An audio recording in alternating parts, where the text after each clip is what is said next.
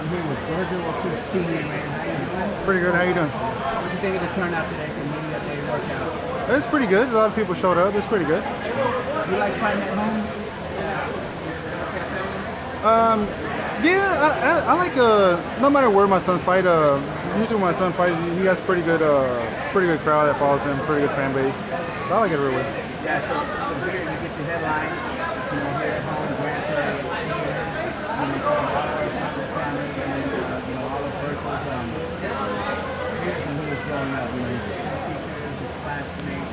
How does that feel as a father to see his son having so much success?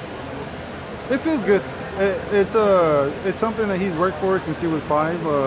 He's worked real hard to be where he's at, and when I mean real hard, I mean as in like he worked every day. And when I mean every day, I'm not talking about 5 days or just 4 days and take vacation. I mean he worked 7 days a week. If it was Christmas, New Year's, Thanksgiving, his birthday, I didn't care about that stuff. Those days were just days for me. It was boxing, so that's pretty much it. Is it easy for you to separate being a father and coach? It is.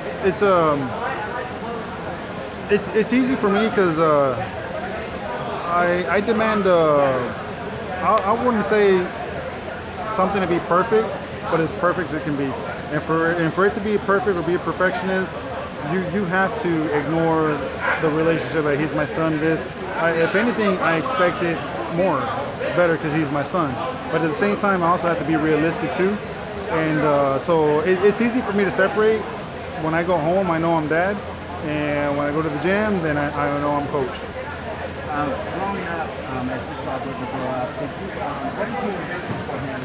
As a young child, growing up and going to the gym, fighting in the tournaments. For you as a dad and a coach, what did you envision for him? Actually, so I envisioned 2 things. I actually envisioned him being a world champion, believe it or not. I know that everybody says that about their kids, but my son lived this. My son literally lived this. He put his life on hold for this, and we did it the right way. We didn't just work hard and then take breaks and then we're satisfied with a win. My son worked for this. When he would go win national titles, the very next day we were at the gym. People were taking a month off. We were right back at the gym and entering another tournament because this is what we envisioned. I mean, to be something like this. But at the same time, I was also smart about it. I know my son missed a lot of school because of tournaments and national, having to travel everywhere. But I was also real hard on him at school. I always demanded that he had 90 and up, all A's. And if he missed school, I'm sorry, that's something you have to deal with. It's life. So my backup plan was for him to have his chance to be somebody big in boxing.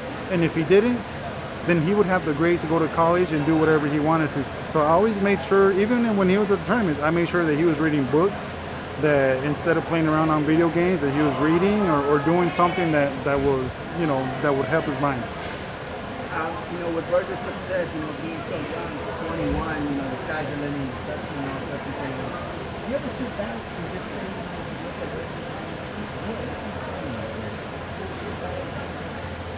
Vergil's Yes and no. And when I say yes or no, yeah, because that's my son and I'm happy where he's at.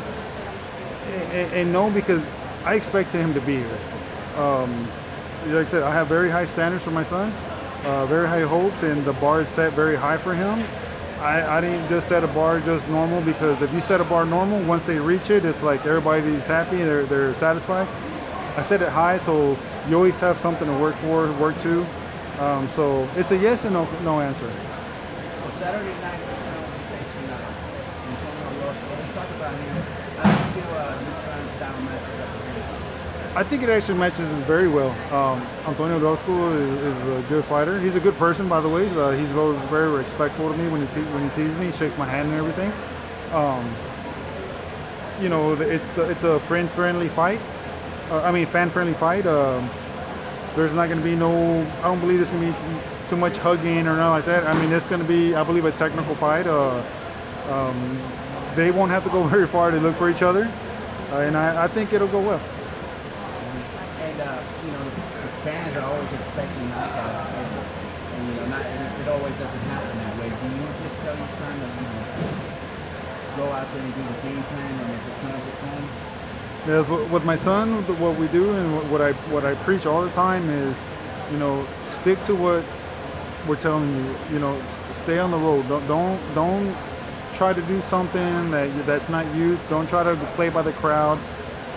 Do what you know the program. Stick to the program, and it'll come because there's a reason that you look for weaknesses or you look for certain things or chinks in an armor, and that's where it'll all come. Your job is to just go out there, execute what you're supposed to do, and everything will come if it's supposed to come. For this fight, do you have anything you want to say to your family, friends, and supporters, and sponsors? Just thank everybody for everybody's going to go out, everybody who's going to watch, and even the people that can't make it, still thank you because there's still fans and there's still people that are watching the sport of boxing, and just you guys tune in because this is a real good fight. This could be possibly fight of the year. So yes, I mean a lot of people have been talking about this fight. I mean, so excited to see Vergil Ortiz Jr. here at home here in Grand Prairie, live from the theater in Grand Prairie. To watch this fight on the zone. We can't wait for this fight, man. We appreciate your time. See you, man. Thank you so much. Best of luck to you and your son. We can't wait.